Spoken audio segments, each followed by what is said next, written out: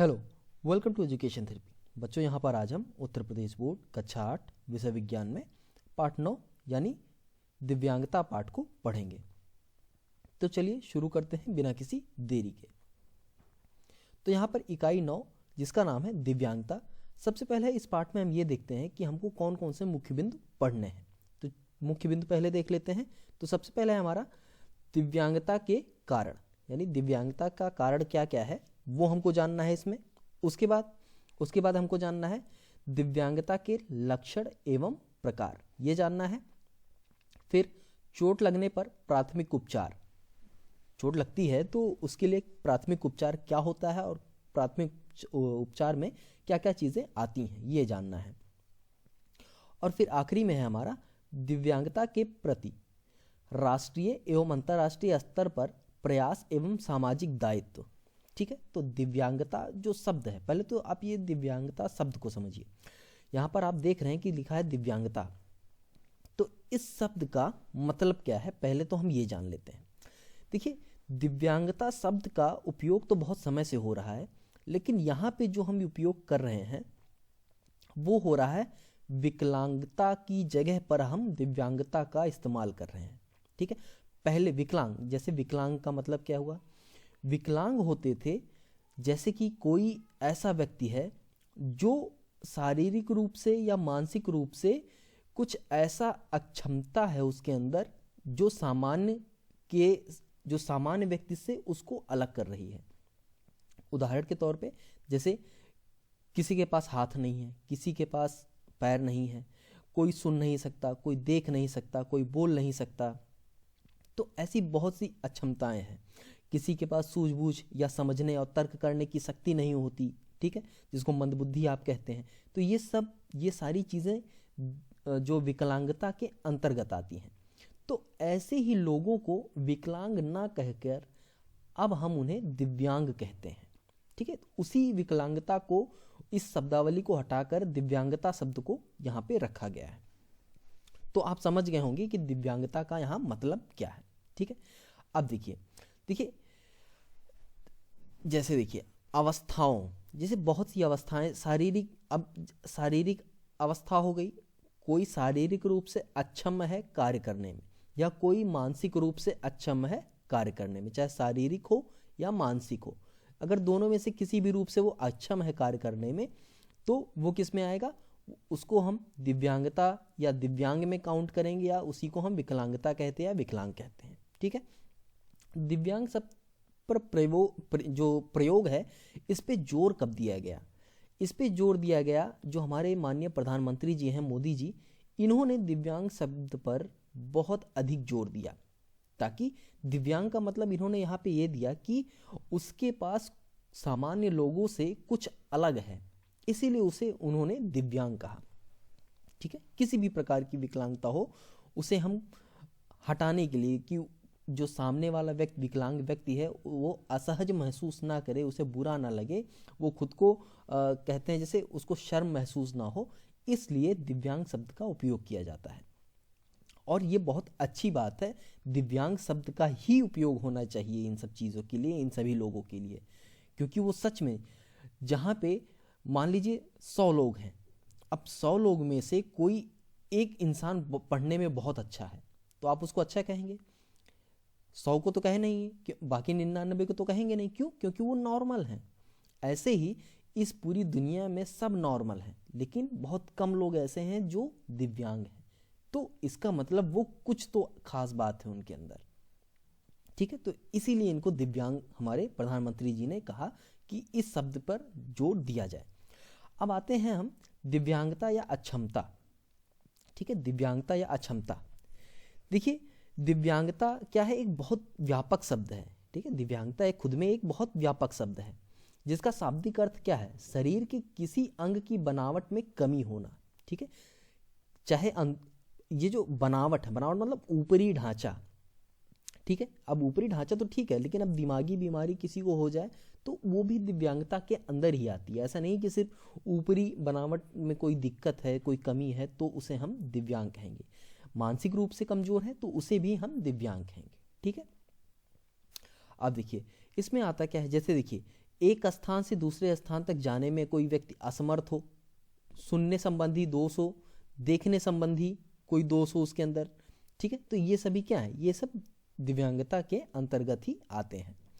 अब जो WHO है यानी विश्व स्वास्थ्य संगठन, इंग्लिश में क्या कहते हैं, वर्ल्ड हेल्थ ऑर्गेनाइजेशन बोलते हैं, इसके अनुसार जो अक्षमता है वो किसी व्यक्ति को अलग अलग तरह से प्रभावित करती है, ठीक है, हर व्यक्ति को अलग अलग तरह से। अब जैसे कोई व्यक्ति नहीं देख सकता, वो क्या है, वो भी विकलांग है, वो भी दिव्यांग है, वो भी देखने में अक्षम है, कोई चलने में है, कोई सुनने में है, तो अलग अलग तरह से ये अक्षमता हो सकती है, ठीक है। आगे देखते हैं, तो ये अक्षमता कई तरह की हो सकती है, तो इसमें कोई ऐसी बात नहीं है कि किसी चीज़ को अक्षमता में गिनेंगे या नहीं गिनेंगे, ज़्यादातर सभी चीज़ों को हम अक्षमता में गिनते हैं अगर वो नॉर्मल ह्यूमन बीइंग से कुछ कमी में है, उसके पास तो कुछ कम है तो, ठीक है। देखिए, अब दिव्यांगता का तात्पर्य शारीरिक या मानसिक अक्षमता होती है। अक्षमता को, ये जो अक्षमता है इसको इंग्लिश में हम क्या कहते हैं, डिसेबिलिटी कहते हैं, ठीक है। शारीरिक अक्षमता में पेशीय एवं स्नायु संबंधी विकार तथा हाथ पैर ना होना आदि शामिल होते हैं, जबकि मानसिक अक्षमता में मानसिक बीमारियां एवं मंदबुद्धि आदि शामिल होते हैं। तो दो तरह की अक्षमताएं होंगी, एक शारीरिक, एक मानसिक। तो शारीरिक में शारीरिक रूप से कोई विकलांग है तो उसे शारीरिक अक्षमता कहेंगे या अक्षम कहेंगे, और कोई व्यक्ति दिमागी रूप से अगर बीमार है तो उसे हम मानसिक बीमार या मंदबुद्धि कहेंगे, ठीक है। अब हम आते हैं दिव्यांगता के कारण क्या हैं, जान लेते हैं दिव्यांगता का कारण क्या है। तो देखिए, दिव्यांगता के कारण अस्थायी भी हैं, अस्थायी भी हैं और निरंतर बढ़ने वाले भी हैं। जैसे अब देखिए, दिव्यांगता अस्थायी मतलब कोई ऐसी दिक्कत है, कोई ऐसी बीमारी जैसे सुनने संबंधी बीमारी या देखने संबंधी बीमारी, तो कभी कभी होती है देखने संबंधी बीमारी ठीक हो जाती है, ठीक, या ऑपरेशन करके ठीक हो जाए या डॉक्टर की दवाई से ठीक हो जाए, ठीक है।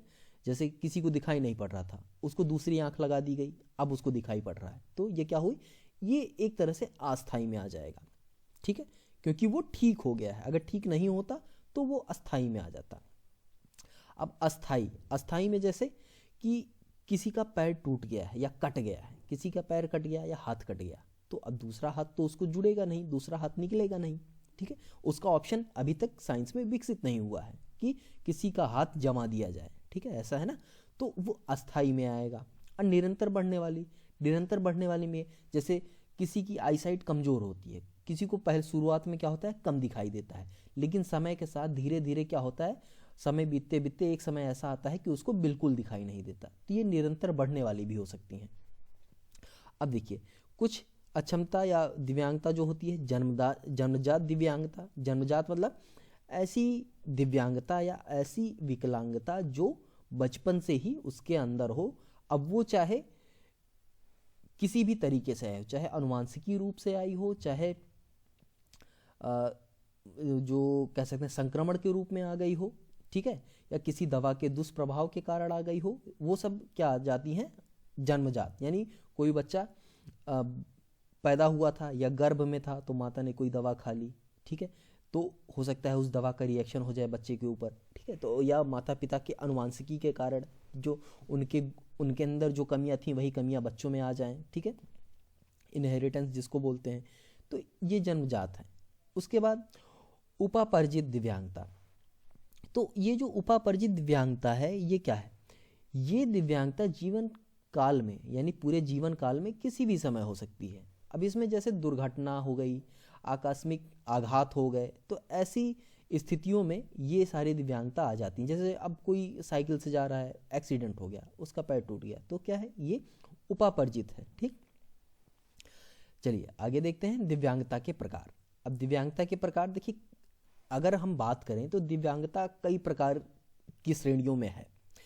अब इसमें टोटल 21 प्रकार की अक्षमताओं को दिव्यांगता की श्रेणी में रखा गया है। कितनी, 21 प्रकार की, ठीक है, तो ये आप ध्यान रखेंगे, 21 प्रकार की अक्षमताओं को दिव्यांगता की श्रेणी में रखा गया है। इनमें से कुछ के बारे में हम यहाँ देखते हैं, जैसे दृष्टिबाधित किसमें आए, क्या होगा, ऐसी दिव्यांगता जिसमें आई साइट कमजोर होती है। आई साइट मतलब जो व्यक्ति देखने में किसी भी प्रकार की बाधा महसूस करते हैं, यानी किसी को कम दिखाई देना या किसी को बिल्कुल नहीं दिखाई देना, ये सब किस में आते हैं? ये दृष्टि बाधित अक्षमता में आते हैं या दिव्यांगता में आते हैं। ठीक है, इसके बाद आता है लोकोमोटर दिव्यांगता। लोकोमोटर में क्या आ जाएगा? देखिए लोकोमोटर, ठीक है, मोटर कह रहा, मोटर क्या है? हाथ पैर, ठीक है, हाथ पैर हो गया, गला हिलाना, ये सब क्या है? ये मोटर वाली काम है। ठीक है, जो आपको एक जगह से दूसरी जगह पहुंचा सके, जो आपके शरीर में कोई मूवमेंट ला सके, हर वो अंग आपका मोटर कहलाएगा। अब इसमें देखिए हड्डियाँ, सबसे सहायक क्या होती हैं? हड्डियाँ। कोई मोटर व्हीकल वाला काम करना हो तो हड्डियाँ होना ज़रूरी है। हाथ तभी हिलेगा जब हड्डी होगी, ठीक है, जोड़ होंगे, मांसपेशी होगी, तभी हिलेगा ना। तो ऐसी शरीर की इन सभी हिस्सों, इन सभी चीज़ों में अगर कोई परेशानी आती है तो वो लोकोमोटर दिव्यांगता कहलाती है। जैसे पोलियो रोग हो जाना, तो पोलियो रोग में क्या होगा? उसका पैर में कोई डिफेक्ट आ जाएगा, पैर का टूट जाना, ठीक है, रीढ़ की हड्डी में चोट लग जाना, सेरेब्रम पैलेसी फ्रैक्चर होना, ये सब क्या है? ये सब लोकोमोटर दिव्यांगता के अंतर्गत आते हैं। ठीक है, इसके बाद मानसिक दिव्यांगता या बौद्धिक आशक्ता। ठीक है, अब इसमें क्या है? देखिए मानसिक लिख गया तो मानसिक का मतलब सूझबूझ में कमी, तर्क में कमी, और कोई चीज़ सुनकर ग्रहण करने में कमी, ये सब चीज़ें अगर किसी ये लक्षण किसी में दिखते हैं तो वो मानसिक मंदता या मानसिक दिव्यांग कहा जाएगा उसे। ठीक है, इसके बाद आते हैं श्रवण दिव्यांगता। श्रवण दिव्यांगता का मतलब सीधे से आप श्रवण मतलब क्या होता है? सुनना, सुनने से संबंधित किसी के अंदर कमी होगी तो उसे हम श्रवण दिव्यांग कहेंगे। ठीक है, यानी कोई व्यक्ति कम सुन रहा है, कोई व्यक्ति बिल्कुल नहीं सुन रहा है, तो ये सब किसके अंतर्गत आएंगे? श्रवण दिव्यांग के अंतर्गत आएंगे। इसके बाद आप देखेंगे डिसलेक्सिया। डिसलेक्सिया क्या है? डिसलेक्सिया एक ऐसी बीमारी है, बीमारी नहीं के अंतर्गत नहीं आती, ये कोई एक लक्षण है थोड़ा सा, कोई मानसिक बीमारी नहीं है ये। ठीक है, डिसलेक्सिया क्या है? पढ़ने लिखने से संबंधित विकार। ठीक है, पढ़ने लिखने से संबंधित विकार है ये। इसमें होता क्या है? शब्द पहचानने में, पढ़ने में, याद करने में, बोलने में परेशानी होती है बच्चों को। ठीक है, 3 से 15 साल के बच्चों में ये लक्षण पाए जाते हैं। ठीक है, ये क्या करते हैं? सीधे अक्षरों को उल्टा लिख देते हैं। अक्सर ये चीज़ें होती हैं, जैसे ये लिखा है बी तो बी को ये अक्सर डी लिख देंगे। ठीक है, ये सारी बीमारियां जिसमें होती हैं इसको डिसलेक्सिया थोड़ा सा कहते हैं। ठीक है, तो मतलब ये बी लिखा है लेकिन इसको पढ़ेंगे क्या? डी पढ़ेंगे। ठीक है, ठीक है, ये दिक्कतें जो आती है डिसलेक्सिया में। हालांकि ये लिखने, ये जो डिसलेक्सिया है ये पठन विकार में ही होता है। ठीक है, ये क्या है? ये एक तरह का पठन विकार है। तो लिखने वाली जो संबंधित बीमारियां हैं, यानी बी को डी लिखना, जैसे बी को डी लिखना, ये किसके? डिस्ग्राफिया के अंतर्गत आती है। लेकिन बी को कोई डी पढ़े तो ये डिसलेक्सिया के अंतर्गत आएगा। ठीक है, पठन विकार, पढ़ने वाली जो विकार है वो डिसलेक्सिया में, और लिखने वाली जो भी विकार है वो डिस्ग्राफिया में। तो डिस्ग्राफिया क्या हो गया? अच्छे ढंग से ना लिख पाना, ठीक है, अक्षरों को ना पहचान पाना। ठीक है, ये सारी बीमारियां जो आती हैं वो डिसलेक्सिया के अंतर्गत आती हैं। तो ये आप ध्यान रखेंगे, डिसलेक्सिया डिसलेक्सिया क्या है? डिसलेक्सिया पठन विकार है। और शायद मैंने थोड़ा सा गलत बोल दिया, लेकिन इस बार एकदम ध्यान से सुनिएगा। डिसलेक्सिया पठन विकार है, यानी पढ़ने संबंधी विकार, अक्षरों को ना पहचान पाना, बी को डी पढ़ना, डी को बी पढ़ना, ये डिसलेक्सिया है। डिस्ग्राफिया क्या है? बी, जहाँ पे बी लिखना है वहाँ पे आप डी लिख दें तो ये क्या है? ये डिस्ग्राफिया है। ठीक है, अच्छे से ना लिख पाना, बहुत अजीब सा लिखना, ये सब क्या है? डिस्ग्राफिया के अंतर्गत आते हैं। अब देखिए आगे आते हैं चोट लगने पर प्राथमिक उपचार। प्राथमिक उपचार, ये फर्स्ट एड बॉक्स, ये शब्द आपने कहीं ना कहीं सुना होगा इंग्लिश में, अक्सर पिक्चरों में दिखाई देता है। तो फर्स्ट एड बॉक्स क्या है? देखिए फर्स्ट प्राथमिक उपचार का मतलब है कि अगर किसी को चोट लग गई है, थोड़ी सी हाथ कट गया या गंभीर चोट हो गई है, तो कुछ ऐसे जनरल दवाई होती हैं, जैसे डेटॉल, कहीं आपका हाथ कट गया तो आप क्या करेंगे? डेटॉल से उसको धो देंगे। ठीक है, ताकि उस पर संक्रमण ना होने पाए। और उसके बाद आप कहाँ ले जाएंगे? डॉक्टर के पास, डॉक्टर पूरी तरह से इलाज करेगा। देखिए प्राथमिक उपचार चिकित्सक का विकल्प नहीं है, यानी अगर आपने प्राथमिक उपचार कर दिया तो इसका मतलब ये नहीं कि आपको डॉक्टर के पास नहीं जाना है, आपको डॉक्टर के पास जाना ही जाना है, भले आपने प्राथमिक उपचार कर दिया है। तो प्राथमिक उपचार का मतलब क्या है? कि किसी बीमारी को थोड़ी देर के लिए हल्की सी राहत देना, लेकिन बिना डॉक्टर के वो सही नहीं होगा। तो ठीक है, तो यहाँ पे आप ये देखिए कि प्राथमिक उपचार की जो पेटी होती है उसके अंदर क्या क्या सामान होना चाहिए, ये आपको पता होना चाहिए। तो जो डब्बा होता है प्राथमिक उपचार का, उसमें क्या क्या होना चाहिए। तो अस्पताल में उपयोग की जाने वाली जो रुई होती है वो होना चाहिए, पट्टियाँ, गाज, पिन, कैंची, डॉक्टरी थर्मामीटर, चश्मा, गिलास, साबुन, तौलिया, साफ तौलिया छोटा सा, माचिस, टार्च, खपच्ची। ठीक है, इसके बाद कुछ दवाएं भी होनी चाहिए, जैसे paracetamol, Dettol, tincture, glucose, ORS और पेनबाम, एंटीसेप्टिक क्रीम, नमक, शक्कर, ये सब होनी चाहिए। अब देखिए, पैरासीटामोल टेबलेट बुखार उतारने के काम आता है। ग्लूकोज तथा ओआरएस आपका पैकेट, ये जो पैकेट्स होते हैं ओआरएस वाले, ये क्या करते हैं, उल्टी चक्कर रोकने के काम आते हैं। एंटीसेप्टिक क्रीम और डिटॉल ये क्या करते हैं, घाव को संक्रमण से बचाने के काम आते हैं। ठीक है, लेकिन कुछ भी आप कर लीजिए, आपको चिकित्सक से मिलना ही मिलना है। बिना चिकित्सक के, बिना डॉक्टर से मिले आप किसी भी बीमारी का इलाज खुद से ना करें। इसके बाद कुछ और बातें हैं जिस पे हमें ध्यान देना चाहिए, जैसे डॉक्टर की सलाह के बिना कोई भी दवा नहीं खानी चाहिए। ठीक है, प्राथमिक उपचार पेटी में मलहम, तेज गंध वाली दवाओं व खाने की दवाओं को अलग अलग रखना चाहिए। दवाएं खरीदते समय व उपयोग करते समय उनके उपयोग की अंतिम तारीख अवश्य देख लेनी चाहिए। ऐसी दवाएं जिसके उपयोग की तारीख निकल चुकी हो, उन्हें प्राथमिक उपचार पेटी से निकाल कर उनके स्थान पर नई दवाएं रख देनी चाहिए। और यात्रा पर जाते समय फर्स्ट एड बॉक्स अपने साथ हमेशा रखना चाहिए। दवाओं की बात अगर हम करें तो हमें कुछ महत्वपूर्ण जानकारियां और हमारे पास हमें ध्यान देनी चाहिए, हमेशा ध्यान में रखनी चाहिए। जब भी आप कोई भी दवा खरीदें तो उसमें MFGD ये लिखा होता है, इसका मतलब होता है मैन्युफैक्चरिंग डेट, यानी किस तारीख को ये दवा बनाई गई है। ठीक है, ये देखना चाहिए। और EXPD मतलब एक्सपायरी डेट, किस तारीख तक ये दवा चलेगी। ठीक है, ये बताता है किस तारीख तक ये दवा चलेगी। ठीक, तो ये आपको पता होना चाहिए। तो यहाँ पर आप इस चीज़ का ध्यान रखेंगे। चलिए तो आगे देखते हैं, चोट लगने पर की जाने वाली प्राथमिक उपचार। जो अगर किसी को चोट लग गई है तो उस पर क्या प्राथमिक उपचार हमें करना चाहिए। तो देखिए, यदि चोट गंभीर हो तो चिकित्सक को बुलाना चाहिए या पीड़ित व्यक्ति को चिकित्सक के पास लेना चाहिए। ठीक है, सबसे अच्छी बात है कि अगर चोट गंभीर है तो उसको आप डॉक्टर के पास ले जाएं, वही सबसे अच्छा है। उसके बाद घायल अंग से यदि रक्त बह रहा हो तो उसे बंद करने का प्रयास करना चाहिए, क्योंकि अधिक रक्त बह जाने से प्राण का खतरा हो सकता है। तेज बहते हुए रक्त को, अच्छा, अगर रक्त का बहाव तेज है, जैसे हाथ में कहीं कट गया है, तो आप उसके जहाँ पे कटा है उससे थोड़ा सा अंदर की तरफ, लगभग एक बीता अंतर की तरफ, एक हाथ अंदर की तरफ, थोड़ा सा या 6 इंच अंदर की तरफ एक रस्सी से कस के बांध दिया जाए ताकि रक्त का बहाव कम हो जाए।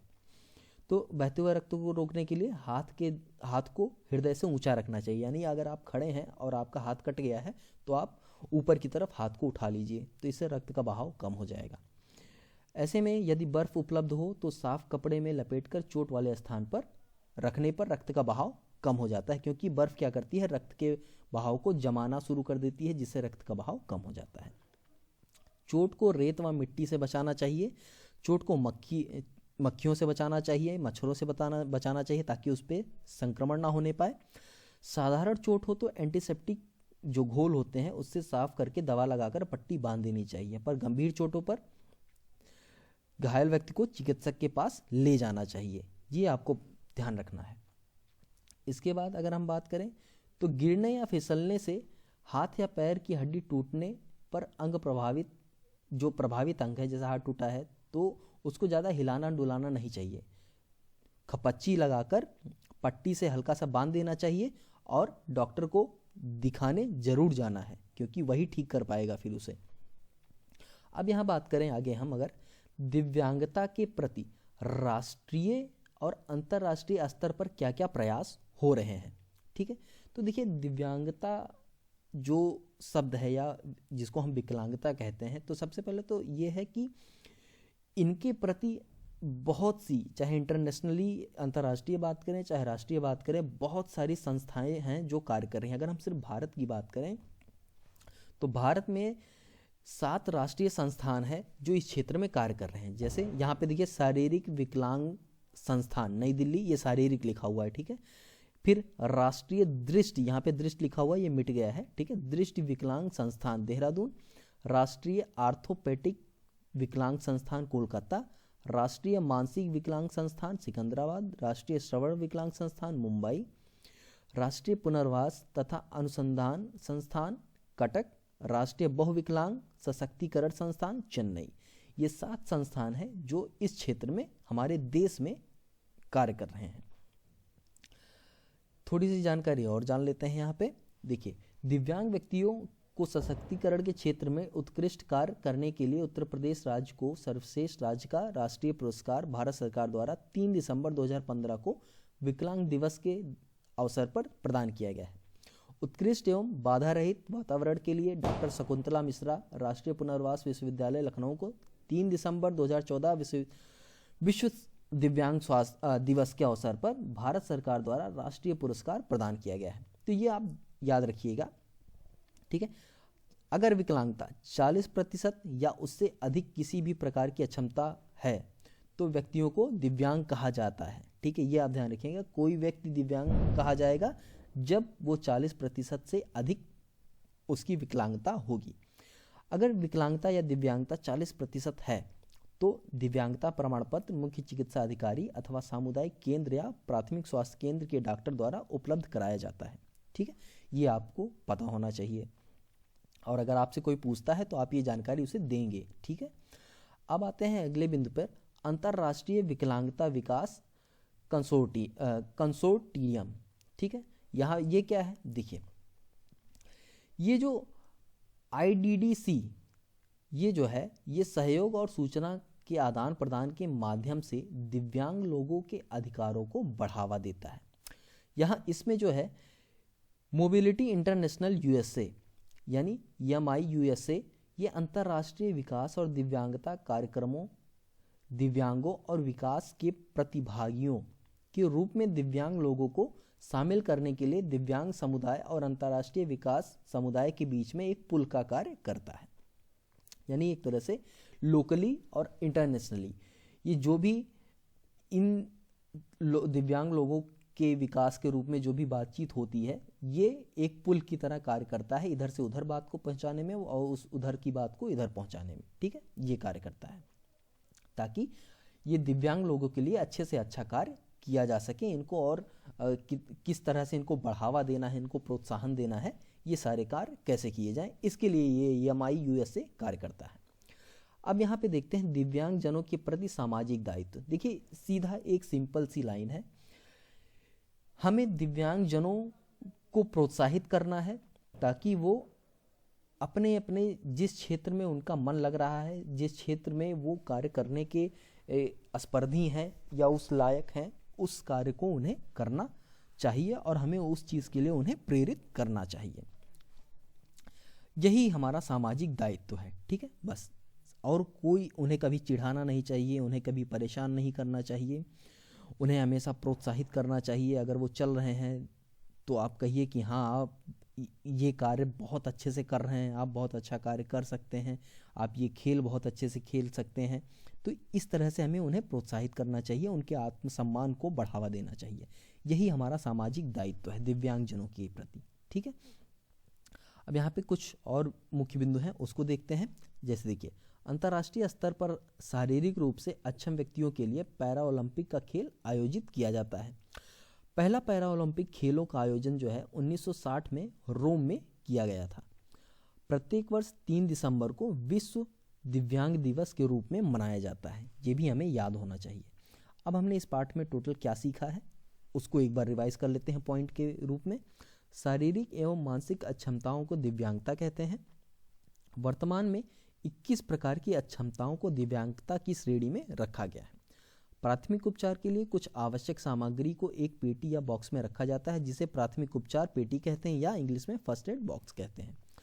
दवाइयों की निर्माण दिनांक यानी मैन्युफैक्चरिंग डेट तथा एवं अंतिम दिनांक देखकर ही दवाइयाँ खरीदनी चाहिए या उपयोग करनी चाहिए। अंतिम दिनांक मतलब एक्सपायरी डेट, ठीक है। बिना डॉक्टर सलाह के किसी भी दवा का सेवन नहीं करना चाहिए। ये आपको एकदम अच्छे से याद रखना है। तो चलिए यहाँ पे हमने रिवाइज भी कर लिया।